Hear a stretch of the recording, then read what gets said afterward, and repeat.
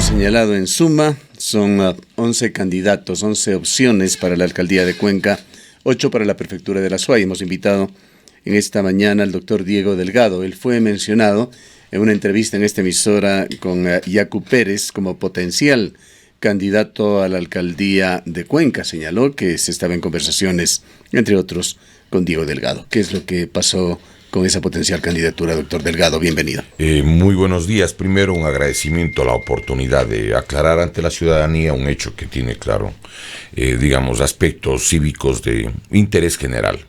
Un saludo a los distinguidos radioyentes. En realidad, nosotros recibimos varias propuestas de varios sectores. Pero nosotros somos personas de principios, de convicciones, no estamos de acuerdo de creer o hacer suponer que han muerto las ideologías y que los principios no deben ser respetados. Entonces nos pareció una propuesta coherente llegar a un entendimiento con el movimiento Pachacuti y conversar con ellos. Escuché la entrevista del día lunes 17 aquí en la radio, en la que justamente Yacu Pérez dijo que había la posibilidad del diálogo con nosotros, pero también con el señor prefecto provincial.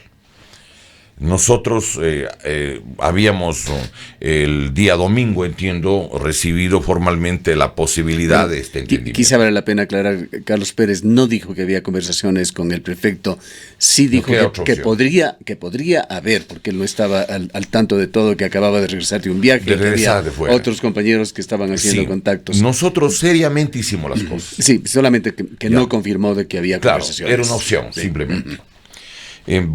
Nosotros estuvimos aquí el miércoles, jueves y viernes para, si había un entendimiento con los compañeros. Ellos están en la línea de oponerse a lo que significa la contaminación, la minería y otros aspectos con los cuales nosotros coincidimos. Lamentablemente, los compañeros de Pachacuti, optaron, ellos tienen sus puntos de vista, sus razones, sus opiniones, y como dice Julio Jaramillo, pues nadie pone puñal en el pecho. Yo entiendo que ellos escogieron la opción con el señor prefecto provincial y entonces ya no volvimos a conversar. Pero hay dos hechos que valdría la pena también aquí aclarar. El primero es el que se refiere justamente a que el día miércoles hubo una entrevista en una radio en la ciudad de Cuenca en la que nosotros dijimos exactamente que estamos conversando con los compañeros. Pero luego que se cerró el teléfono, me han dicho personas que escucharon y que luego han vuelto a escuchar la grabación, en el sentido que el señor periodista había dicho que yo me he excusado. No hay tal. Por favor, ruego que se escuche la grabación de lo que yo digo y la conclusión, que es muy distinta. Diría que hasta a lo mejor podía ser interesada, pero eso no es lo que yo dije. Usted estuvo dispuesto, en definitiva, pero por supuesto, se trata de la ciudad de un. Es más, le quiero que contar hubiese sido la segunda ocasión. Hubiera sido la segunda ocasión, efectivamente, en el año 1988, en la que no pude hacer la campaña como debería porque estuve recién agredido por Febres Cordero, en septiembre del año 23 de septiembre a 24 de septiembre de 1987. Yo tenía que estar prácticamente como 8 horas viendo el tumbado, tenía que estar en un reposo absoluto porque todas las membranas sudorales de mi cabeza estaban llenas de sangre. Y nos tenía que poco a poco hacer que se vaya asimilando esa sangre luego de la agresión, para evitar que yo participe en la interpelación en contra de Luis Robles Plaza. En esa ocasión recordamos que usted ganó en los sectores de las parroquias urbanas de Cuenca. Largo. Perdió en la general por el peso de las parroquias rurales ante Jorge Piedra. Sí, eso es lo que se manifestó y nosotros no hemos hecho nunca ningún tipo de objeción a eso. ¿Ha tenido alguna reacción? ¿Ha conversado? ¿Ha pedido razones para la decisión o decisiones que se habrían tomado en Pachacuti? Bueno, le quiero contar algo. El día jueves a la 1:30 de la tarde más o menos, porque estaba llevando las conversaciones un compañero de un colectivo que queremos formar aquí en la provincia de la SUAY, que se llama ARDE. Azuay Rebelde y Democrático. Desde el mes de julio del año pasado, digamos de este año, hemos empezado justamente a trabajar, a reunir a gente de convicciones patrióticas o gente que fue parte ¿Socialistas? De la juventud socialista, sobre todo. Sí, señor. Nosotros no hemos renunciado a nuestras convicciones, a nuestro afán, a nuestro sueño de un Ecuador más justo, más humano. Y a nivel nacional existe incluso un movimiento que se viene gestando en muchas provincias que se llama Ecuador Libre y Eterno. Pero debe ser duro, doctor Delgado, con esa intensa lucha que usted lleva adelante, no poder concretarla, esto accediendo a importantes espacios de poder. Bueno, pero ya no es nuestra culpa. En el Ecuador, para hacer actividad política, se requiere que le autoricen a hacer y que se respete el artículo 21 de la Declaración Universal de los Derechos Humanos. Yo me separé del Partido Socialista en el año 75, y lo dije claramente, no para irme a ningún partido, sino para poder seguir siendo socialista. Tiene que estar cobijado por un partido legal. Entonces, la posibilidad legal tenía Pachacuti. Y allí está el caso de César Piedra, que dice que tuvo que acogerse a Avanza, y que Avanza nada tiene que ver con Ramiro González ya. Yo creo que, eso no es tan así. Y permítame hacer una relación. Aquí más bien voy al tema de que es un impedimento y muy para el ejercicio difícil, de los derechos humanos, difícil de superarlo, el hecho de que tenga que estar acogido por un partido legal. Yo no puedo hacer actividad política pública porque no tengo un partido. Y además, en el Ecuador, mire usted que se ha privatizado la política. En el Ecuador existen 278 partidos. 278 partidos y movimientos. Miren, por ejemplo, aquí le estaba haciendo un pequeño resumen. 3 hermanos controlan 3 organizaciones políticas. Permítame dar el nombre. El uno se llama Libertades Pueblo, que maneja Gary Moreno Garcés, hermano del presidente de la República. Otro se llama Ecuatoriano Unido, que lo dirige Edwin Moreno Garcés, hermano del presidente de la República. Y el tercero se llama Alianza País, que es justamente quien maneja Lenín Moreno Garcés. El presidente Correa igualmente tiene varias expresiones políticas y la gente del correísmo. Efectivamente, Avanza se formó con Ramiro González cuando director del IES, esa es la realidad. Personas allegadas a esa tendencia está Democracia Sí, que lo formó Gustavo Larrea. Recordemos que el primer nombre que tuvo el presidente Correa, que dijo que iban a legalizar, era el grupo Renace. Vale, hay los videos de eso. Y además de eso tienen un control total sobre otros espacios políticos. Mire, el Partido Socialista, ¿cómo es posible, si es que es socialista, según su ideología, le pone de candidata en Quito, a la alcaldía de Quito, a la ex embajadora de Correa en México, a María Sol Corral? O en el caso de Guayas, candidata a prefecta Elsa María Viteri. Entonces, como está candidata a prefecta Pierina Correa. Claro. Ahora, bajo es por compromiso el social. Movimiento Compromiso Social. Es el partido de los mancos. Movimiento que tiene una muy negra, y aunque corta, pero muy negra historia, pues claro. Desde este movimiento se recibieron, y lo denunciamos en este medio de comunicación por cuerda separada al Consejo Nacional Electoral, más allá del medio de comunicación. Sí, quisiera hacer a que este movimiento Compromiso Social extorsionaba o intentaba obtener beneficios de la campaña electoral, solicitando comisiones del 50% a los medios, ofreciendo inversiones desmesuradas. Así es como actuaba Compromiso Social. ¿Cuánto estarán cobrando por cobijar ahora a los candidatos, prácticamente a lo que fue el movimiento Alianza País? Pero además la tesis de ellos era que, supuestamente queriendo aparentar ser muy honrados, decían ellos, ¿sí? Ellos decían de que hay que cortar las manos los que roban. Querían, entiendo, que toda la familia sea una familia de mancos. Es el partido de los mancos, pues. Los que había que cortar las manos, porque ahí está toda la plana mayor de Alianza País. Pero un dato que me parece importante, mire. El día jueves a la 1:30 de la tarde, entiendo que el compañero que estaba llevando adelante las conversaciones, digamos, un hombre serio, Eduardo Ruilova, se encontró con Mario Fares, que es dirigente de Pachacuti y de la CONAI, de la Ecuarunari, y le dijo que por qué ustedes, digamos, no dan una explicación, ¿qué pasa? Y entonces él había manifestado de que como no existe nada firmado, entonces ellos habían tomado su propia opción. Pero el día jueves, ya me enteré, porque claro, está en el diario El Tiempo, justamente un artículo que se llama Los amores y desamores que marcan la política Azuay, dice que quiénes se van a inscribir. Y allí dice al final, en la página 5, porque es de 2 planas del artículo, mañana se inscribirán Paul Carrasco y Yacu Pérez. Entonces yo suponía de que ya estaba prácticamente fraguado ese entendimiento. Nosotros no dijimos absolutamente nada más, no teníamos ya qué decir, no tenemos la estructura política partidaria.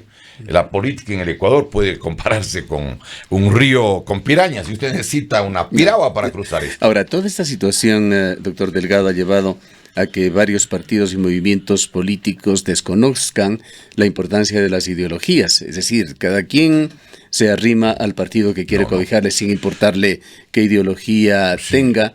El propio alcalde, ya en el camino de la búsqueda de la reelección, señaló que se hacía un acuerdo con Creo, pero que no era un acuerdo ideológico, sino un acuerdo puntual con miras a las elecciones. Ahora, ¿qué quiere decir ideología? Revisemos el diccionario de la Real Academia. El conjunto de ideas fundamentales que caracteriza el pensamiento de una persona, colectividad o época de un movimiento cultural, religioso o político. ¿Cómo puede hacerse política sin ideas fundamentales?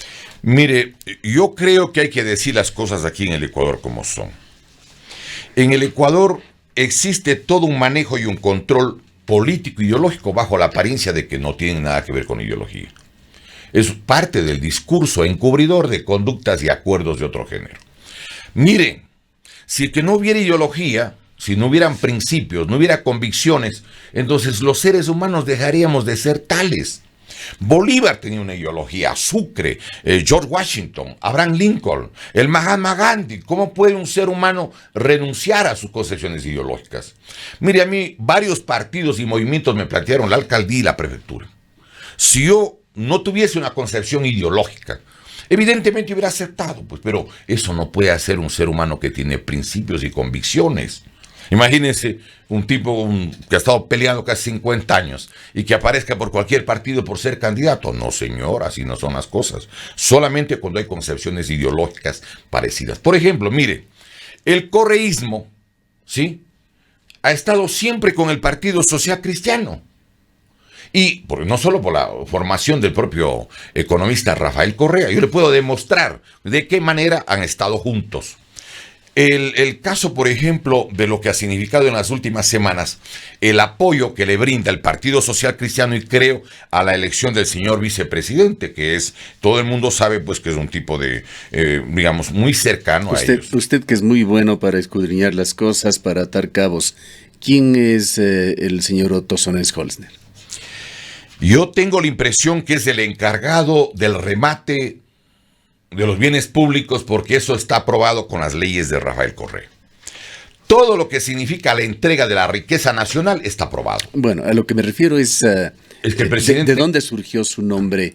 ¿Qué fuerzas políticas influyeron ante Lenín Moreno para que él lo elija?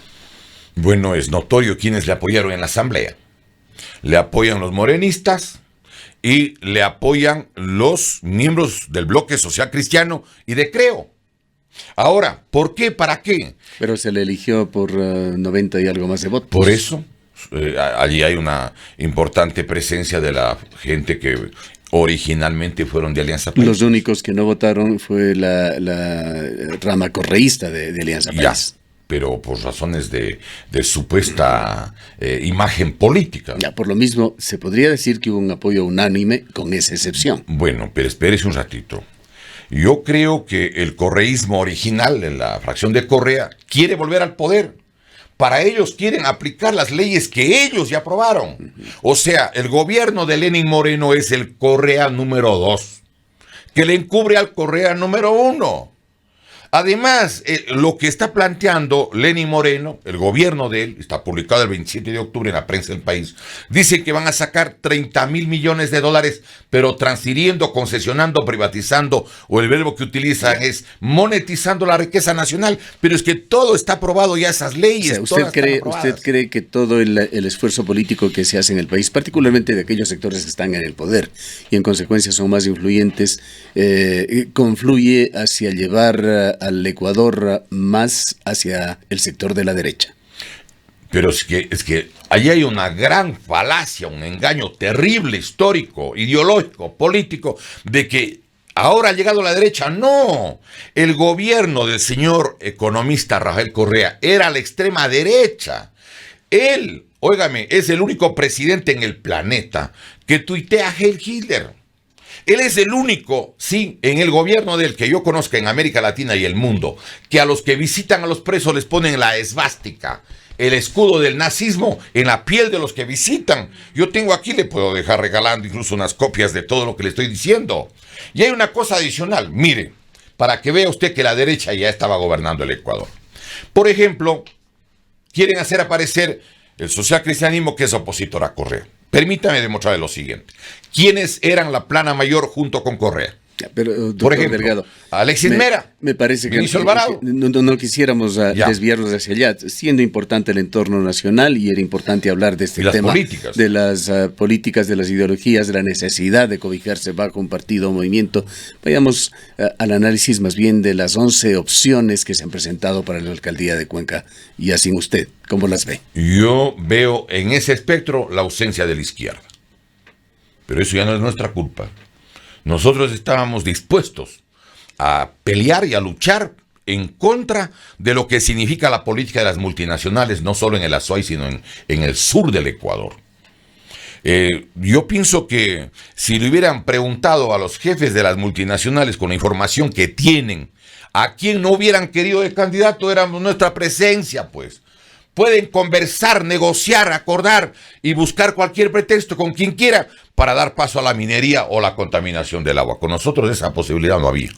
Pero eso es lo que precisamente en los hechos se produjo. Ahora, no había por dónde extraviarse, pues los señores dirigentes de Pachacuti tenían que escoger. Una opción era la nuestra y otra era la de un distinguido político, pero que estaba con Jaime Nebot, pues, y el Partido Social Cristiano, y luego estuvo con Creo y Guillermo Lazo. Esa es la una opción y la otra era la nuestra. Ellos han decidido ir por la otra y yo respeto. Pero además recuerdo una cosa.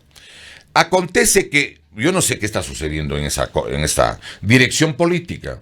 Fernando Villavicencio no pudo quedarse, no le dieron un espacio. En esta campaña electoral no ha podido ser candidato por Pachacuti Clever Jiménez.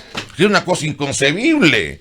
¿Cómo la gente que más peleó contra el correísmo no podemos participar? No, yo no puedo irme, pues, digamos, a un espacio político que he estado con el correísmo, como hasta ahorita se encuentra el Partido Socialista. No son socialistas, son una sucursal de Alianza País, que es el fascismo del siglo XXI. Febres Cordero quería poner 25 años de prisión acumulada.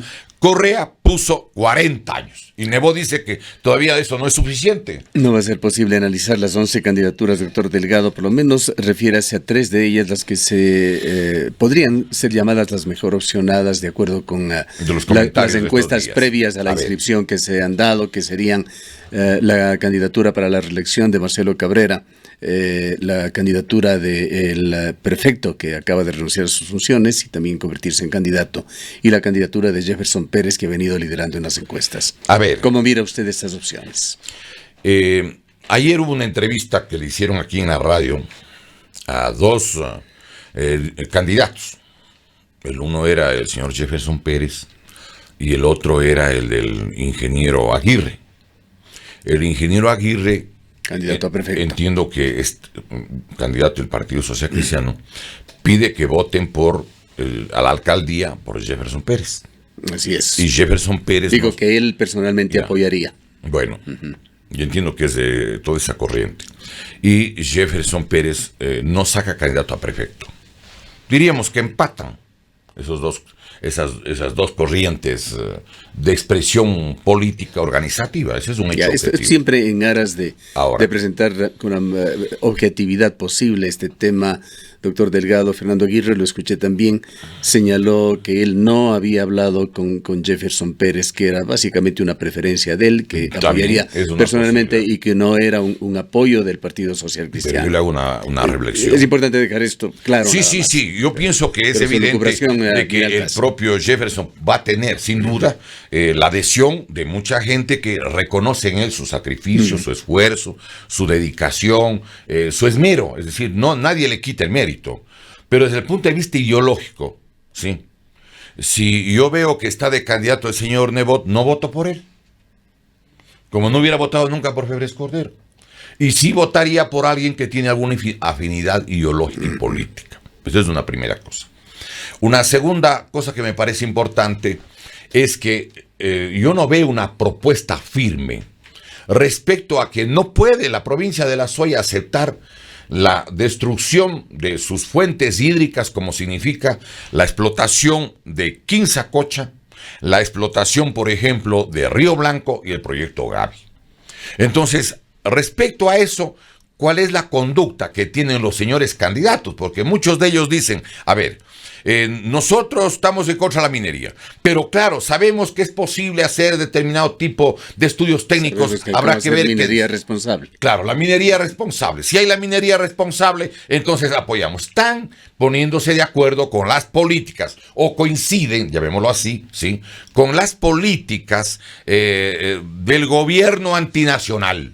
El gobierno del presidente Correa, y va a continuar en la misma línea, se caracterizó por entregar el petróleo, las minas de oro, las minas de plata, las minas de cobre. Entregó los puertos marítimos. Óigame, allí no entra ni la Marina Nacional ahora. Pero esto está hablando usted con respecto a Jefferson Pérez. Por su respuesta que dio. El alcalde de Cuenca, sí, un poco tardíamente, pero al fin se decidió por una posición antiminera. Bueno. Lo ha hecho en declaraciones, lo ha sustentado también el Consejo Municipal con una declaratoria no minería.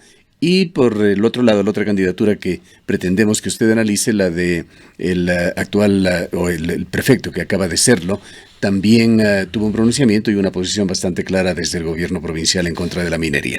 Mire, yo creo que las opciones políticas de la provincia y de la ciudad deben tener una conducta de principios sobre los intereses de Cuenca y los intereses de La Suaya. Pero además, desde el punto de vista geopolítico, existe todo un plan absurdo, antinacional, porque si es que incluso la minería responsable, entre comillas, fuera posible, ¿por qué no se hace cargo el Estado ecuatoriano? ¿Por qué tiene que entregar a las corporaciones extranjeras? La mina Mirador en la cordillera del Cóndor va a producir 10.700 millones de dólares. ¿Por qué el Estado va a recibir solo 938 millones? Y dicen que toda esa explotación cuesta 640 millones. Eso es menos de 3 meses de ingresos de la telefonía celular.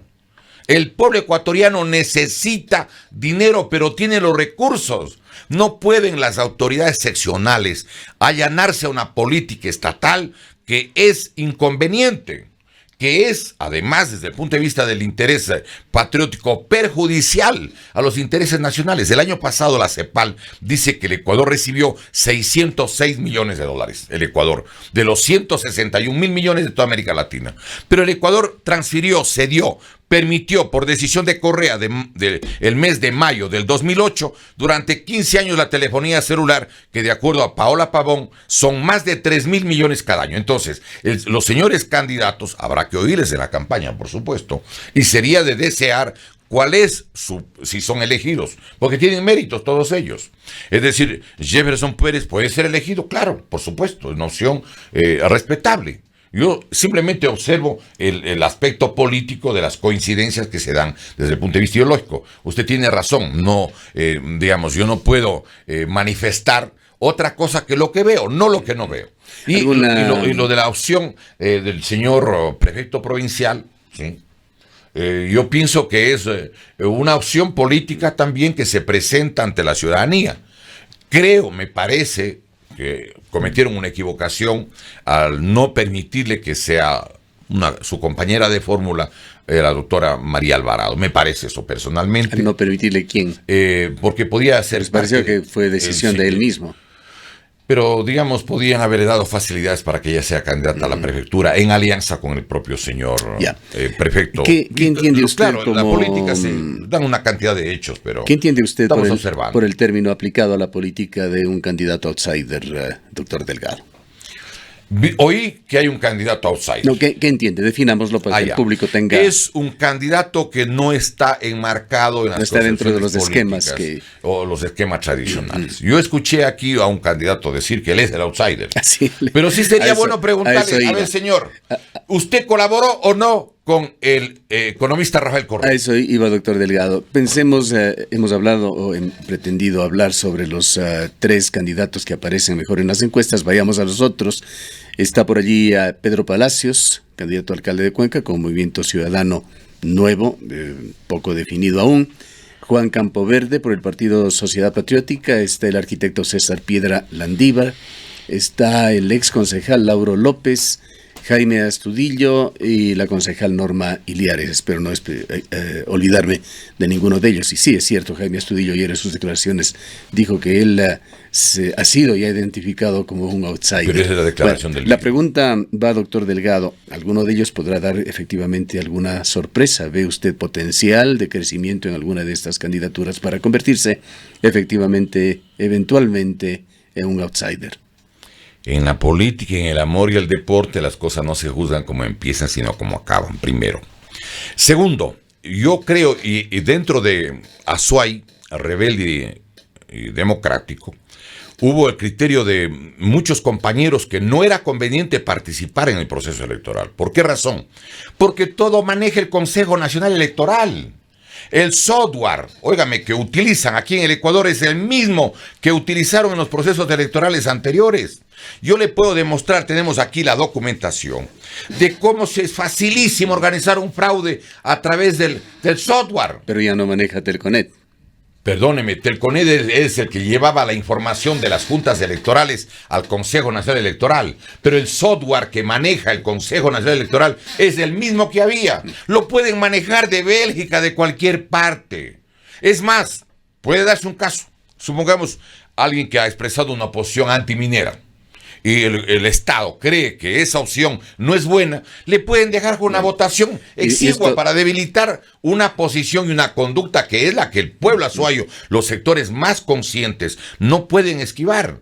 Entonces, a mi modo de ver, yo creo que las distintas opciones, todas merecen absoluto respeto. Lo que usted está diciendo, doctor Delgado, no es una elucubración suya, se podría decir, a lo mejor que está usted fantaseando con este tema.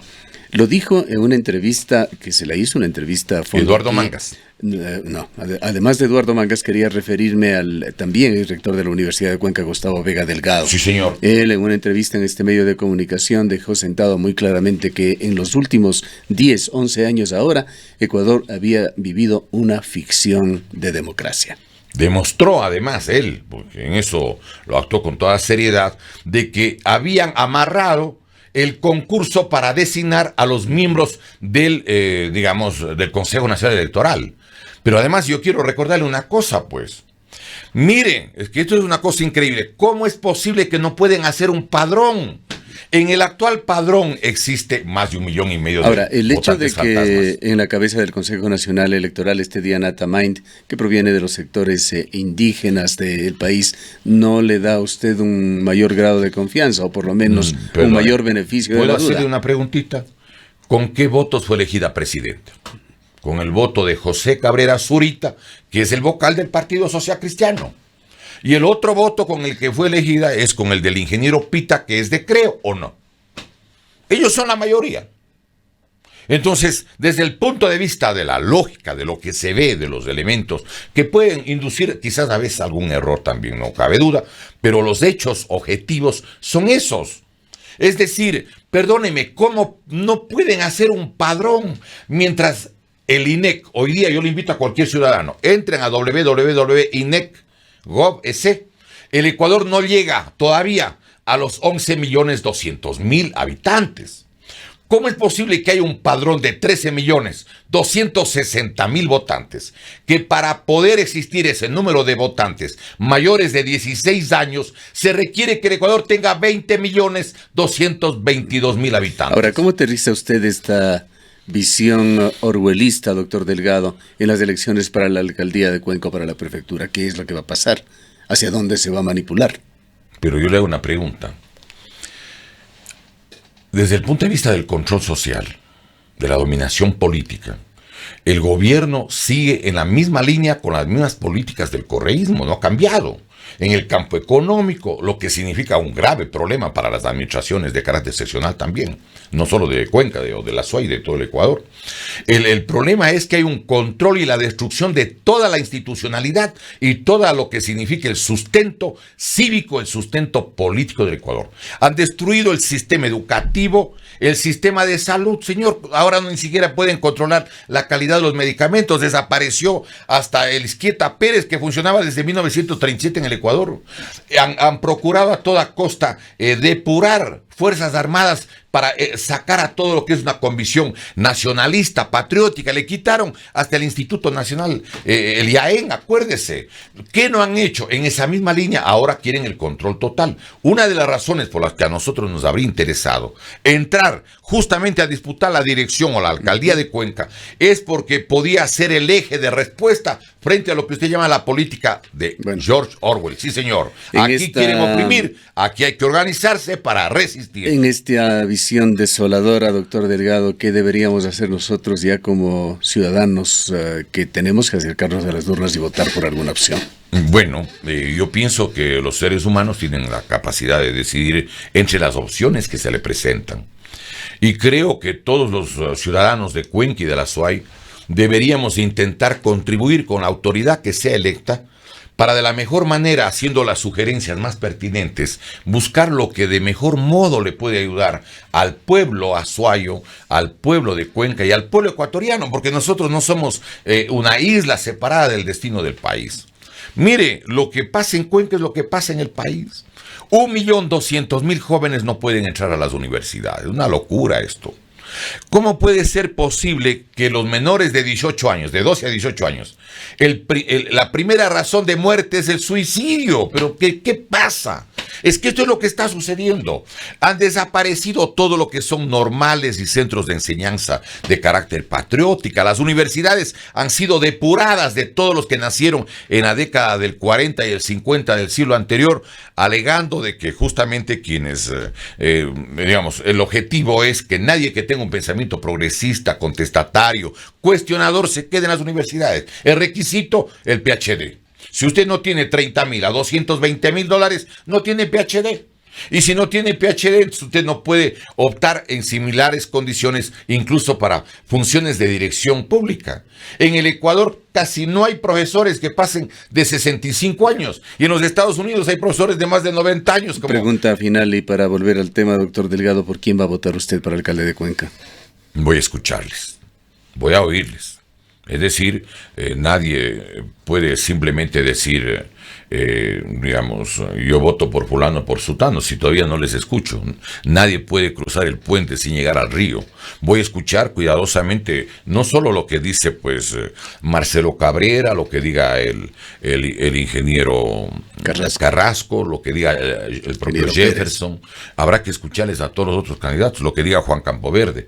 A pesar de que puso ahí mi cara como si fuese candidato a prefecto por Sociedad Patriótica, lo que jamás fue consultado siquiera, yo lo aclaro. Y todas las otras opciones. El tiempo no nos da para más. Queremos agradecerle, como siempre, doctor Delgado, por su presencia. Muchísimas gracias.